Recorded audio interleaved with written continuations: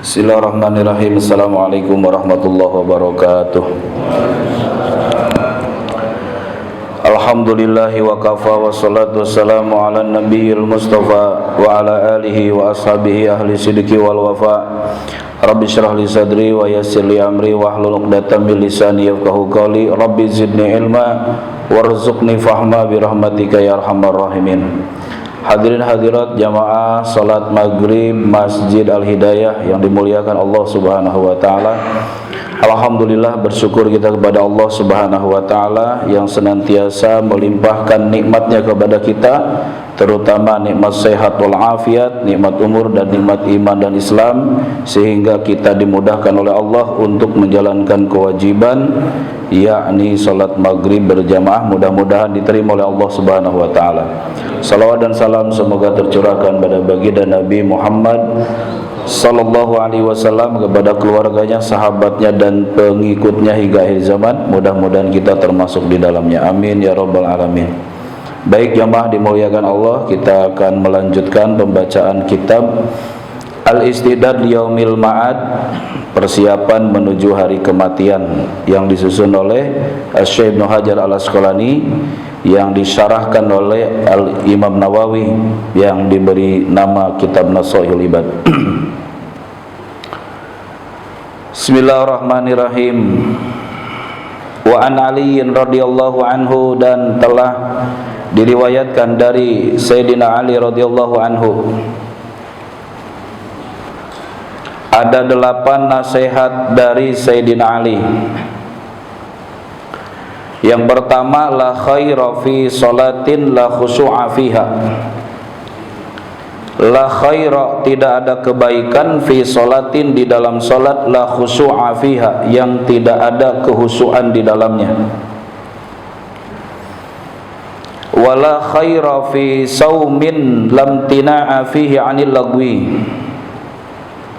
Wala khaira, dan tidak ada kebaikan, fi saumin, di dalam puasa, lam tina'a fihi 'anil lagwi, yang tidak mencegah dari berkata-kata yang sia-sia. Wala khaira fi qira'atin la tadabbura fiha. La khaira, tidak ada kebaikan, fi qira'atin, di dalam membaca Al-Quran, la tadabbura fiha, yang tidak ada penghayatan di dalamnya. Wala khaira, dan tidak ada kebaikan, fi ilmin, di dalam ilmu, la wara'a fihi, yang tidak bertambah wara' di dalamnya, atau hati-hati. Wala khaira fi malin, dan tidak ada kebaikan di dalam harta, la sakhawata fihi, yang tidak ada sifat dermawan di dalamnya. Wala khaira fi ukhuwatin, dan tidak ada kebaikan di dalam persaudaraan, la hibdha fiha, yang tidak ada saling menjaga di dalamnya. Wala khaira fi ni'matin la baqa'a laha. Wala khaira, dan tidak ada kebaikan, fi ni'matin, di dalam kenikmatan, la baqa'a laha, yang tidak ada kekekalan di dalamnya. Wala khaira fi du'ain, dan tidak ada kebaikan di dalam doa, la ikhlasa fihi, yang tidak ada keikhlasan di dalamnya. Ada 8 nasihat dari Sayyidina Ali. Sudah hafal kira-kira? Lupa. Baik, kita akan bacakan satu-satu. Yang pertama, kata Sayyidina Ali, la khaira fi salatin la khusyu'a fiha. Tidak ada kebaikan di dalam salat yang tidak ada kehusyuan di dalamnya. Allah Subhanahu wa taala menjanjikan kepada hamba-hamba Allah yang beriman sebuah keberuntungan, yakni qad aflahal mu'minun alladzina hum fi salatihim khashi'un. Sungguh, kata Allah, sungguh pasti. Karena kalau qad masuk ke dalam fi'il madi itu maknanya litahqiq, artinya pasti. Pasti beruntung orang-orang yang beriman. Orang yang beriman yang bagaimana? Alladzina hum fi salatihim khashi'un, yaitu orang-orang yang khusyuk di dalam salatnya. Ya. Seringkali kita di dalam sholat itu hilang konsentrasi. Ya. Seringkali. Itu saya. Kalau bapak-bapak saya yakin insya Allah orang-orang khusyuk semuanya ini, masya Allah ya. Kalau saya susah khusyuk itu ya. Padahal sholat khusyuk itu adalah sebagai sumber kebahagiaan tadi, sumber keberuntungan, sumber kesuksesan. Pengen sukses, pengen bahagia, pengen beruntung, perbaiki sholat. Hayya ala sholah, hayya alal falah. Hayya ala sholah, ayo kita sholat. Hayya alal falah, ayo menuju kepada keberuntungan, kebahagiaan. Kualitas hidup kita itu sangat identik, sangat erat hubungannya dengan kualitas sholat kita. Sholatnya bagus, pasti kehidupannya bagus. Sholatnya tertib, maka kehidupannya tertib. Sholatnya rapi, maka kehidupannya rapi. Jadi sholat itu adalah cerminan kehidupan kita. Maka ada istilah, perbaiki sholatmu, maka Allah akan perbaiki hidupmu. Pengen kualitas hidup kita diperbaiki oleh Allah, maka perbaiki sholat kita. Semuanya bersumber dari sholat kita. Makin khusyuk sholatnya, makin bagus kehidupannya, makin tertib kehidupannya, makin rapih kehidupannya. Nabi SAW menjadikan sholat itu sebagai hobi. Ya, jadi sholat itu bukan lagi beban. Sholat bukan sekedar menjalankan kewajiban, tetapi sholat itu bagi beliau menjadi hobi, kesenangan. Ya, bapak-bapak hobinya apa? Misalnya mancing gitu. Kalau sudah hobi mancing, berjam-jam bapak duduk di situ, jongkok di pemancingan, nggak ada pegal, nggak ada capek, nggak ada lelah. Kenapa? Karena hobi. Begitulah Rasulullah SAW, kata Siti Aisyah, hatta tatafattarat qadamah. Kalau beliau sudah berdiri sholat, itu sampai telapak kaki beliau itu bengkak-bengkak. Nabi yang mengalaminya tidak merasakan bengkaknya, tetapi Aisyah radhiyallahu anha, beliau melihat kaki Nabi bengkak. Kenapa? Saking lamanya berdiri dalam sholat.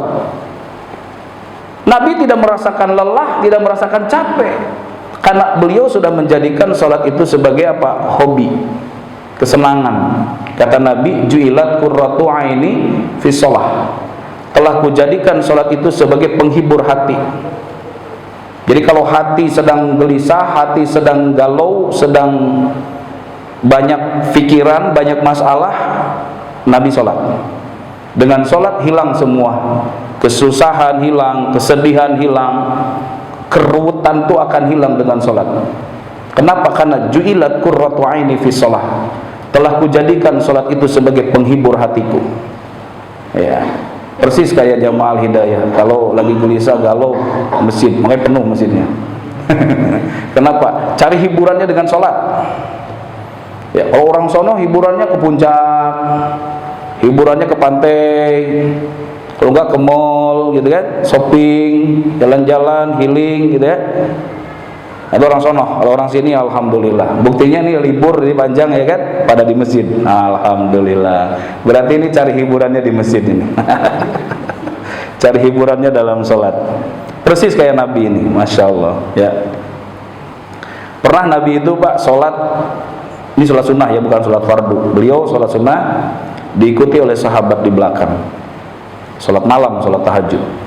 Beliau setelah membaca suratul Fatihah, baca surah Al-Baqarah. Surah Al-Baqarah panjang luar biasa kan, 286 ayat ya kan. Di ayat terakhir, fangsurna 'alal qaumil kafirin, dikiranya mau ruku. Nabi lanjut, bismillahirrahmanirrahim, surah Ali Imran. Dibaca lagi surah Ali Imran sampai habis. Sang mukmin mengira kayaknya Nabi ruku nih habis Ali Imran. Ternyata Nabi lanjut lagi ke surah An-Nisa. Dibaca lagi surah An-Nisa itu sampai selesai. Kira-kira berapa juz tuh? Hampir 6 juz ya. Hampir 6 juz. Kalau sudah sampai An-Nisa itu udah 6 juz itu. Berarti Nabi dalam satu rakaat bisa membaca Al-Quran 6 juz. Kalau dibaca dengan tartil, 1 juz bisa 1 jam, atau mungkin paling cepat ya 45 menit gitu. Berjam-jam Nabi berdiri dalam sholat. Sebegitu nikmatnya beliau kalau sudah berdiri sholat. Kenapa? Karena sholat itu adalah pertemuan sang kekasih. Kita, Pak, ya, kita ini cinta kepada Allah hanya di mulut saja. Kan al-hubbu, yang namanya iman kepada Allah itu harus ada cinta kan. Di antara syarat diterimanya iman itu adalah ketika hati kita ada rasa cinta kepada Allah. Orang yang bercinta pasti tidak ada yang namanya lelah, gitu ya. Pernah pengalaman bercinta? Orang bercinta mana ada lelah. Demi cintanya pasti dia mau berkorban, pasti dia tidak akan merasakan capek, tidak akan merasakan ngantuk, tidak akan merasakan sakit. Kenapa? Karena sudah diliputi dengan rasa cinta. Nah, beliau itu sholat itu udah dengan cinta. Jadi udah gak ada lagi beban, gak ada namanya berat mau sholat itu. Beliau penuh dengan cinta, sehingga berdirinya, rukunya, sujudnya itu dengan cinta. Kenapa? Karena sholat itu adalah interaksi seorang hamba dengan Allah. Mi'rajul mu'minin. Sholat itu adalah mi'rajnya orang yang beriman. Kan apa yang dibaca dalam sholat itu adalah bacaan yang ketika Nabi SAW Isra dan Mi'raj itu kemudian dirangkai, ya kan? Dirangkai dalam satu ibadah yang namanya sholat. Dari mulai takbir sampai salam itu adalah gerakannya para malaikat, bacaan-bacaannya para malaikat, kemudian dirangkai dalam satu ibadah yang namanya apa? Sholat. Ketika Nabi Isra dan Mi'raj itu ada malaikat yang kerjaannya berdiri saja, ada malaikat yang kerjanya ruku saja, ada malaikat yang kerjanya itu sujud saja, nggak bangun-bangun. Kemudian gerakan-gerakan malaikat ini, ibadah-ibadah malaikat ini dirangkai dalam satu ibadah namanya sholat. Dan bacaan-bacaan dalam sholat ini adalah bacaan yang ketika Nabi Isra dan Mi'raj itu beliau dengar dan beliau lakukan. Ketika Nabi SAW menghadap Allah Subhanahu Wa Taala, beliau mengucapkan tahiyat. Tahiyat itu apa? Salam hormat. Kalau kita dengan orang ketemu dengan saudara kita, bacanya assalamualaikum. Nabi ketika jumpa dengan Allah bacanya apa? At-tahiyatul mubarakatus sholawatut thayyibatu lillah. Kehormatan, rahmat, kebaikan, keberkahan itu semuanya milik Allah. Itu yang diucapkan Nabi ketika berhadapan dengan Allah. Allah jawab, apa jawaban Allah? Assalamu alayka ayyuhan nabi wa rahmatullahi wa barakatuh. Keselamatan buat engkau wahai Nabi, rahmat Allah dan keberkahannya. Nabi SAW bukan pemimpin yang egois, pengen senang sendiri. Didoakan oleh Allah tadi kan, semoga engkau selamat. Kemudian Nabi menjawab dengan kalimat Assalamu alayna wa ala ibadillahi salihin. Keselamatan bagi kami dan seluruh hamba-hamba Allah yang soleh. Karena Nabi merasa di belakangnya ada umat yang harus didoakan pula, maka beliau mendoakan umatnya. Assalamu alayna wa ala ibadillahi salihin. Kemudian para malaikat yang hadir rame-rame bersaksi asyhadu an la ilaha illallah wa asyhadu anna muhammadar rasulullah. Jadi solat itu adalah simbol, solat itu adalah interaksi, dialog, ngobrol bersama sang kekasih. Bayangkan Pak, kalau ada orang ngasih uang tiap hari transfer ke kita 1 miliar, senang gak Pak? Kalau 1 miliar deh, 700.000 dah. 700.000 ya, upang ngupas bawang ya kan. Tiap hari dapat transferan 700.000 gitu. Orangnya nggak tahu siapa yang ngirim gitu, wajahnya belum pernah ketemu gitu. Pasti kita anggap nih orang kok baik gitu ya. Kita tanpa kerja, tanpa susah, ya kan? Dia ngirim terus tiap hari uang kepada kita, rekening kita nambah terus. Nah itu, kita akan anggap bahwa orang yang ngirim uang 700.000 setiap hari itu adalah orang baik, gitu kan? Nah sekarang Pak, yang ngasih kita hidup siapa? Allah. Yang ngasih sehat siapa? Allah. Yang ngasih dua mata? Allah. Yang ngasih telinga? Allah. Yang ngasih jantung? Allah. Yang ngasih paru-paru? Allah. Seluruh tubuh ini dikasih oleh Allah, yang nilainya lebih daripada miliaran, lebih dari 10 miliar, lebih dari 100 miliar. Dan itu Allah kasih tiap hari kepada kita. Allah transfer tiap hari itu lewat badan kita yang sehat ini. Terus kita tidak rindu dengan Allah yang selalu baik kepada kita. Maka melepas kerinduan kita kepada Allah yang selalu baik kepada kita, itulah di dalam sholat. Kita berjumpa dengan Sang Khalik yang menciptakan kita. Kita berjumpa dengan Sang Razik yang selalu mengatur rezeki kita. Kita berjumpa dengan Sang Mudabbir yang ngurusi badan kita, yang memelihara tubuh kita, yang memelihara hidup kita, yang memberikan banyak anugerah kepada kita. Itulah yang kita datangi ketika sholat. Makanya ahibbullaha lima yagdukum min ni'amihi. Cintailah Allah karena Allah selalu menganugerahkan nikmatnya kepadamu. Ya. Pernahkah kita ada rasa, ya Allah, aku rindu untuk berjumpa denganmu ya Allah, aku sangat merindukanmu ya Allah, karena Engkau yang selalu berbuat baik kepadaku ya Allah, Engkau yang selalu memberikan anugerah kepadaku ya Allah. Nah itulah ketika kita sholat, kita ngobrol dengan zat yang sangat baik kepada kita. Nah kenapa jemaah dimuliakan Allah Subhanahu wa Ta'ala, kok di dalam sholat kita seringkali tidak khusyuk, tidak konsentrasi? Apa sih penyebabnya? Apa penghalangnya? Nah, ini jemaah dimuliakan Allah, yang pertama penyebab sholat kita tidak khusyuk yang iman biliqa'illahi ta'ala warruju ilaih. Lemahnya keyakinan akan perjumpaan kita dengan Allah. Kurangnya rasa kita ketika sholat bahwa kita sedang berhadapan dengan Allah itu. Kan kata Nabi, anta'budallaha ka'annaka tarah fa illam takun tarah fa innahu yaraka. Kalau engkau sedang beribadah, anggaplah engkau sedang melihat Allah atau engkau merasa dilihat oleh Allah. Jadi kita sholat itu seperti sedang berhadapan dengan Allah. Rasakan bahwa kita ini sedang berhadapan dengan Allah, Sang penguasa langit dan bumi.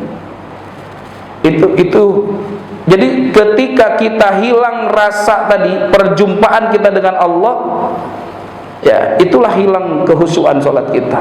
Lihat dalam surah Al-Baqarah, wa innaha lakabiratun illa alal khashiin. Sesungguhnya sholat itu berat.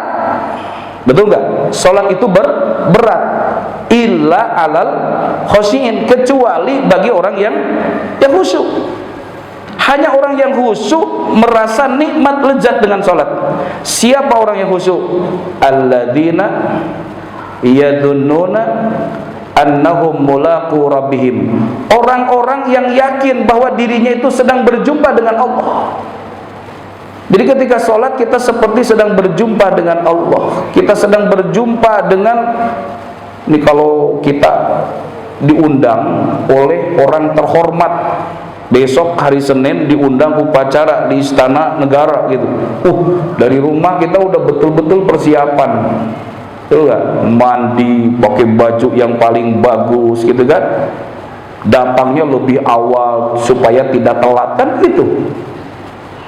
Kenapa? Karena kita diundang oleh yang mulia gitu kan, yang mulia presiden kan gitu. Nah ini kita diundang oleh yang maha agung, yang maha mulia, Allah Subhanahu wa Ta'ala. Masya Allah. alladzina yadunnuna annahum mulaku rabbihim wa annahum ilaihi rajiun.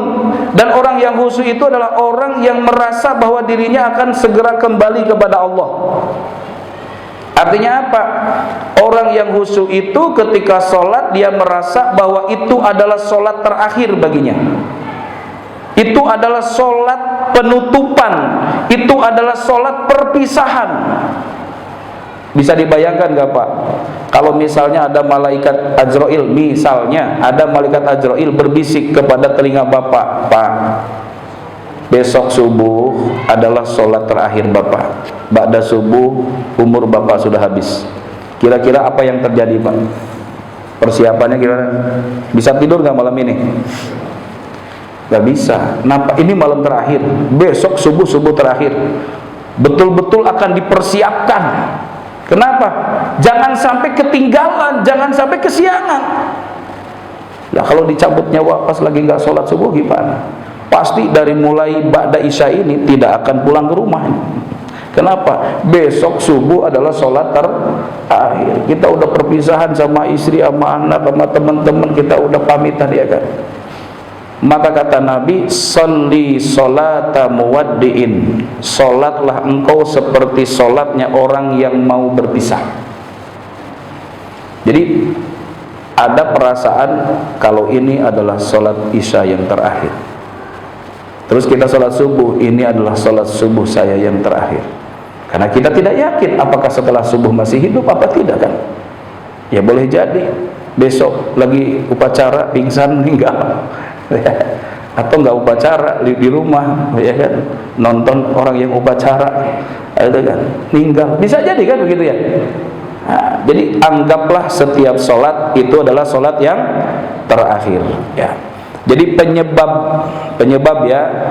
tidak khusyuknya kita dalam sholat adalah yang pertama, dhaful iman, lemah keyakinan, lemah keimanan akan perjumpaan dengan Allah dan keyakinan bahwa kita akan meninggal kapan saja. Itu. Yang kedua, yang menyebabkan sholat kita tidak khusyuk adalah waswasatus syaiton, bisikan syaiton. Emang setan itu datangnya pas kita lagi sholat, pas udah takbir dia datang ya.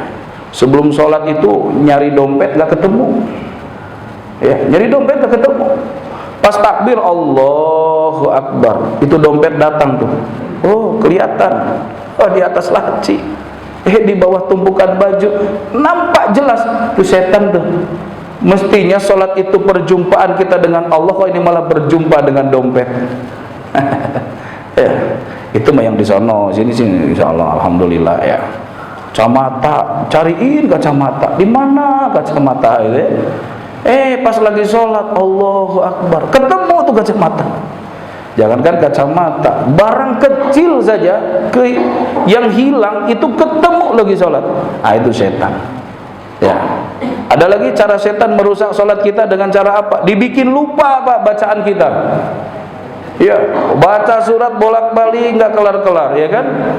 Wala antum ma'biduna ma'abud wala ana abidu ma'abatum wala antum ma'biduna ma'abud wala ana abidu ma'abatum. Ini di mana ujungnya? Bolak-balik nggak selesai-selesai. Kalau enggak rakaat lupa apa? Iya kan? 4, 3, 4 lupa rakaat. Itu setan yang merusak kehusuan sholat kita.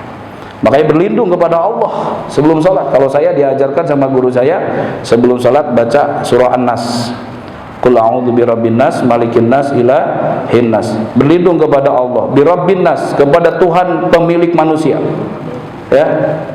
Malikin nas, raja manusia. Ilahin nas, Tuhannya manusia. Dari apa kita berlindung? Min syarril waswasil khonnas, dari kejahatan bisikan setan al-khannas. Ya, al-khannas itu setan yang tersembunyi. Emang setan itu tersembunyi kan, nggak kelihatan kan? Dia melihat kita, kita nggak bisa melihat dia. Alladzi yuwaswisu fi sudurin nas, yang berusaha membisikkan hati-hati manusia, ya kan? Itu ada aja bisikan dalam sholat gitu. Sebelum sholat gak ada itu bisikan, tapi ketika sholat muncul tuh bisikan-bisikan setan itu. Alladzi yuwaswisu fi sudurin nas minal jinnati wan nas. Terkadang setan itu ada bangsa jin, ada bangsa manusia. Ada juga Pak setan manusia. Orang lagi sholat digangguin, setan tapi dari bangsa manusia. Mohon maaf ya, yang suka gangguin orang sholat khusyuk, itu disebut setan itu. Nah, minal jinnati wan nas. Alhamdulillah sini tenang, ya kan, nggak ada yang berisik, nggak ada yang lari. Saya nggak lihat bapak-bapak tadi lari-lari, nggak ada. Oh di sono ada Pak. Kalau lagi sholat lari-lari, teriak-teriak. Dari rumah kita mau cari kehusyuan kok di masjid malah nggak khusyuk gitu. Nah itu, coba suasanakan masjid ini. Bagaimana orang itu datang ke masjid mendapatkan ketenangan, kehusyuan di dalam sholat. Ya, makanya kita jangan jadi setan. Ya, jangan jadi setan. Karena yang merusak kehusyuan sholat adalah yang kedua, setan. Yang ketiga adalah al-ghaflah wal hawa. Kelalaian dan keinginan. Terlalu banyak kelalaian, banyak lalainya. Ya. Kita lagi banyak lalai gitu, lagi banyak main-main, ya. Mohon maaf, ya ini lagi sibuk sekarang ini kan perlombaan gitu ya. Lagi sibuk voli, lagi sibuk main bola, lagi sibuk main catur, sibuk gapleh gitu kan. Di bawah sholat, ingat Pak lagi sholat, gapleh ini, nanti lawan saya siapa ya? Nah, ingat lagi sholat gimana itu? Nah, itu kelalaian. Dan keinginan, terlalu banyak keinginan itu juga akan merusak kehusyuan sholat. Ya, ingin apa Pak? Ingin nambah, ya kan? Nambah rumah, nambah mobil, ingin nambah handphone, ingin nambah apa lagi? Anak, ingin nambah apa lagi? Perusahaan, ingin nambah apa lagi? Masih ada yang belum disebut ini. Nah, itu dia. Ada gitu. Dalam sholat dibawa, itu namanya al-ghaflah wal hawa. Kelalaian dan banyaknya keinginan itu bisa merusak kehusyuan sholat. Kemudian apalagi al-ihtimamu zaid bid dunya, terlalu memikirkan urusan-urusan dunia, urusan kerjaan di bawah sholat gitu. Ya urusan kerjaan ya udah lupakan dulu gitu ketika sholat. Jangan urusan kerjaan di bawah sholat. Urusan nagih hutang di dalam sholat. Nah, nanti habis sholat mau nagih hutang masih anu gitu kan. Kalau enggak kita mikirin urusan cicilan gitu. Aduh, tanggal berapa ini? Belum bayar cicilan ya, cicilan ini, cicilan itu. Dibawa dalam sholat, ya enggak khusyuk lah sholat kita. Ya. Ihtimam bi umuri dunia, ya. Muter otaknya itu urusan dunia dalam sholat. Ya. Termasuk mikirin makan. Makanya kata Nabi, jangan makan pada saat terlalu lapar, atau jangan makan pada saat makanan sudah dihidangkan. Ya, makanan sudah dihidangkan nih. Ada rendang, ada gulai, sate, gitu kan? Apa lagi Bang? Sukanya apa Bang? Penuh pokoknya nih meja nih dengan makanan. Sholat kita kan Allah, sholat dulu lah, biar tenang. Bukannya tenang ketika sholat, justru ketika sholat mikir, milih mana dulu nih, makan sate dulu, apa sop dulu. Ya Allah. Jadi akhirnya sholat ingat makan. Makanya kalau bapak-bapak kan dalilnya begitu ya, mendingan makan ingat sholat daripada sholat ingat makan. Akhirnya makan terus ya kan, orang sholat dia makan terus. Maksudnya kalau makanan sudah dihidangkan, itu jangan sholat dulu, makan dulu. Tapi kalau belum dihidangkan ya sholat dulu lah, lebih tenang ya kan. Nah, jemaah dimuliakan Allah, ini termasuk penghalang kehusyuan sholat. Al-ihtimam bi umuri dunya, ya, terlalu sibuk ngurusin perkara dunia. Ya. Kemudian yang kelima Pak, tarkul masjidi wal jamaah, meninggalkan sholat di masjid dan sholat berjamaah. Sholatnya di rumah. Ya, sholat di rumah. Kalau sunnah monggo, nggak masalah. Emang disuruh oleh Nabi, shollu fi buyutikum ilal maktubah. Sholat di rumah kalian kecuali sholat fardu. Tapi kalau untuk sholat fardu di masjid, jangan di rumah. Sholat fardu di rumah, mohon maaf, tidak khusyuk Pak. Yakin Pak, kalau orang kan itu, ngapain di masjid? Kan yang penting sholat mah khusyuk, gitu kan? Lah yang di masjid aja belum khusyuk, bagi di rumah. Ini sholat di rumah, Allahu Akbar. Suami ada bini lagi tiduran, pakai daster lagi, pengen lama-lama apa pengen cepet-cepet masalah. Pengen lama-lama karena bininya kagak ada. Gimana orang bininya gak ada? Nah, kalau bininya ada di situ, ya Allah, mana bisa kita berlama-lama dalam sholat? Kalau di masjid kan santai Pak ya, betul nggak? Coba Bapak di masjid ini dari tadi kan qobliyah, sholat, ba'diyah, terus sekarang ngaji, nanti qobliyah, ba'diyah, tenang Pak. Mana bisa di rumah? Kadang diganggu anak, ya kan? Ya diganggu anak, gangguannya lebih banyak Pak di rumah, ya itu. Ini diantara yang menyebabkan tidak khusyuknya sholat adalah tidak sholat di masjid dan tidak berjamaah. Maka sholat di masjid dan berjamaah. Kemudian yang keenam, do'fu mahabbatil ukhuwah fillah, lemahnya kasih sayang di antara saudara kita. Ini juga merusak kekhusyukan sholat. Artinya apa? Kita masih ada suudzon kepada orang, buruk sangka sama orang, ada perselisihan dengan orang. Ya, coba nih kalau misalkan nih di antara jamaah ini ada yang kita anggap bermasalah dengan kita gitu kan. Mau ke masjid kan bingung, ntar ketemu lagi ya kan. Sama dua-duanya. Ya, aduh, ada si Anu enggak gitu di situ di masjid. Ternyata pas dia masuk masjid, pas di pintu, dua-duanya ada di situ. Pas masuk di saf berjejeran lagi. Kira-kira khusyuk enggak salat? Agak bisa, Pak. Orang yang salat dalam keadaan hati kotor, buruk sangka dengan orang, apalagi bermusuhan, berselisih dengan orang, mana bisa khusyuk? Maka bersihkan hati kita ketika sholat. Semua itu adalah ukhuwah, semua itu saudara kita. Jadi kalau kita sholat nih, kanan kiri, oh ini saudara saya nih, sahabat saya, teman saya, gitu Pak. Jangan, beda nih kayaknya, sebelah saya nih kayaknya nih alirannya lain nih. Bagaimana Pak sholat nilai orang gitu Pak, mikirin urusan madhab lagi sholat. Lalu terserah dia mau madhab apa, pokoknya dia saudara saya, gitu aja. Innamal mu'minuna ikhwatun, sesungguhnya orang beriman itu saudara. Lalu terus kenapa kita menganggap saudara itu yang satu kelompok saja gitu? Kan ini mempersempit Pak, merusak itu Pak, merusak persatuan, merusak kekhusyukan sholat. Kenapa? Karena kita sudah di dalam hati kita ada penyakit tadi ya, penyakit apa namanya itu, suudzon, ya, buruk sangka dengan orang, unek-unek dengan orang. Ini kadang kalau sama kelompoknya ya akhi, antum akhi, kamu saudara saya. Kalau yang beda kelompok nggak panggil akhi. Lah akhi itu semua akhi. Innamal mu'minuna ikhwah, semua orang beriman akhi Pak. Ya, assalamualaikum akhi, assalamualaikum akhi, semua akhi kita, semua saudara kita. Nah, jadi kurangnya rasa mahabbah, cinta dengan sesama saudara orang Islam, orang beriman, itu kan mengurangi kekhusyukan di dalam sholat. Jadi fokus saja kita dengan sholat kita, gak usah menilai orang. Ini kayaknya Hanafi deh kalau kayak gini sholatnya. Oh, ini kayaknya Hambali deh sholatnya.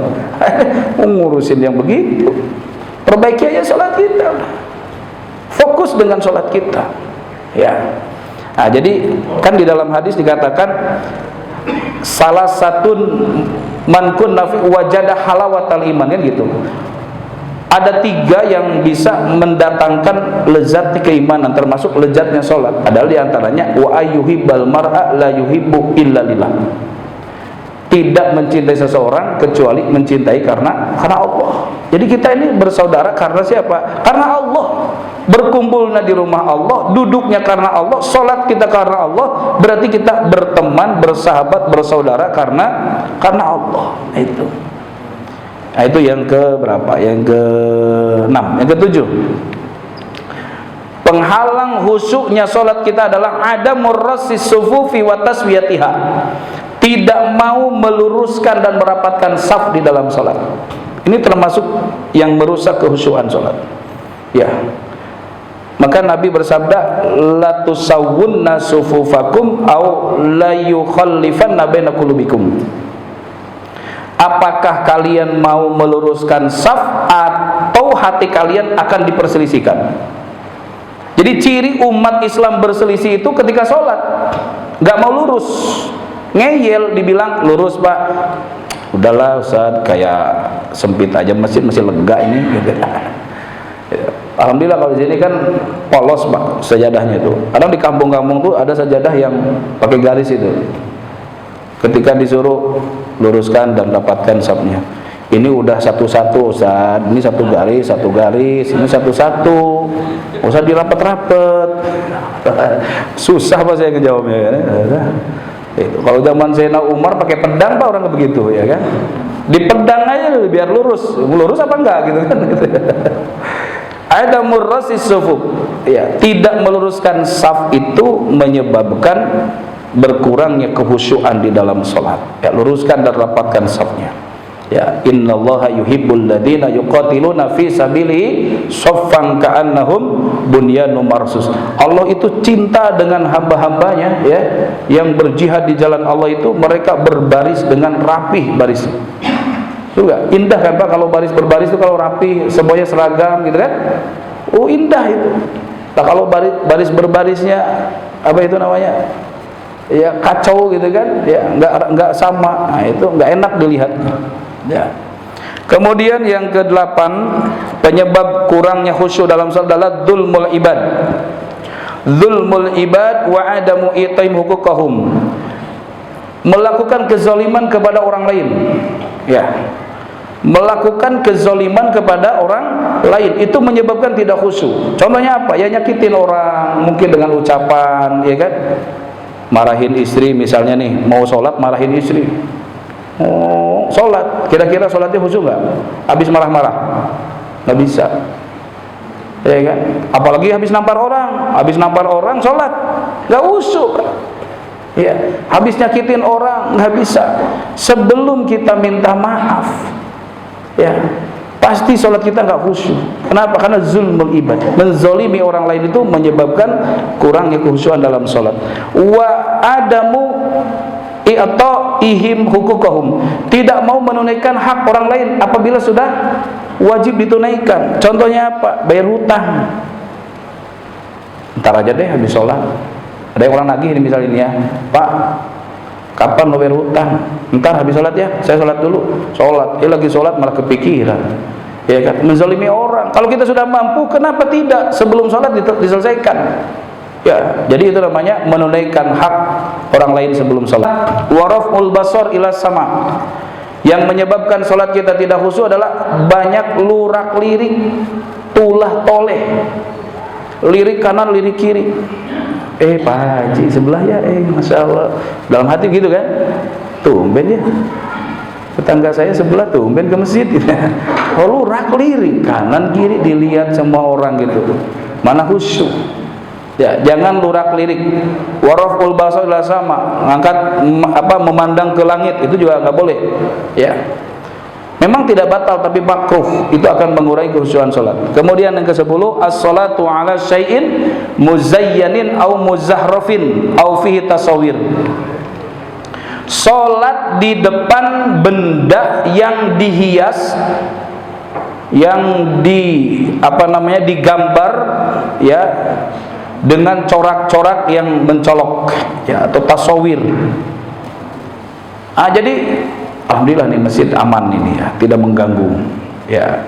Kadang-kadang masjid terlalu berlebihan. Boleh masjid dihias tapi jangan berlebihan. Kenapa? Terlalu berlebihan menghias masjid itu makruh, karena itu bisa membuyarkan konsentrasi orang sholat.